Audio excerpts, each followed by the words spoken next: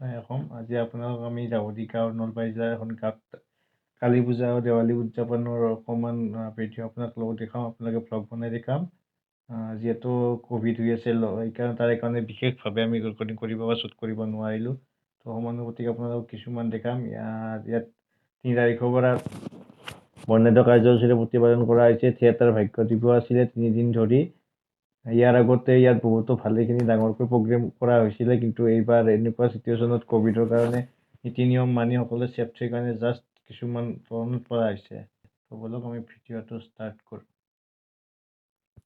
স্বাগতম আপোনালোকক 56তম শ্ৰী শ্ৰী কালী পূজাৰ লগতে দেৱালী উদযাপন দাউদি গাঁৱত, নলবাৰী জিলাৰ অন্তৰ্গত এখন গাঁও হয়। দাউদি গাঁও বুলি ক'লে বিশেষভাৱে ক'ব লগা নাথাকে, কাৰণ কম বেছি পৰিমাণে অসমৰ চুকে কোণে গাঁওখনৰ নামটো কিছু পৰিমাণে হ'লেও জনা যায়। বা দাউদি গাঁও এনেকুৱা এখন গাঁও য'ত মানে গাঁৱৰী গাঁৱৰ মানুহৰ লগত অসমৰ ইমূৰৰ পৰা সিমূৰলৈকে মানে কোনোবা নহয় কোনোবা মানুহৰ কানেকশ্যন আছেয়ে, টাৰ্মছ আছেয়ে।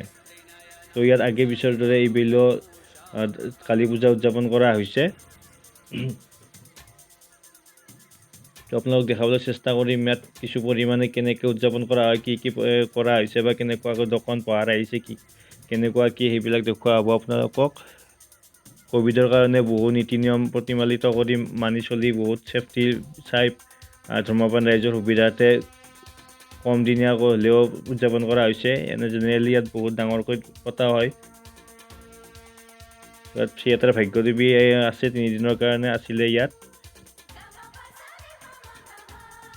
আপোনালোকক দেখাবলৈ চেষ্টা কৰিম, চাই থাকক ভিডিঅ'টো।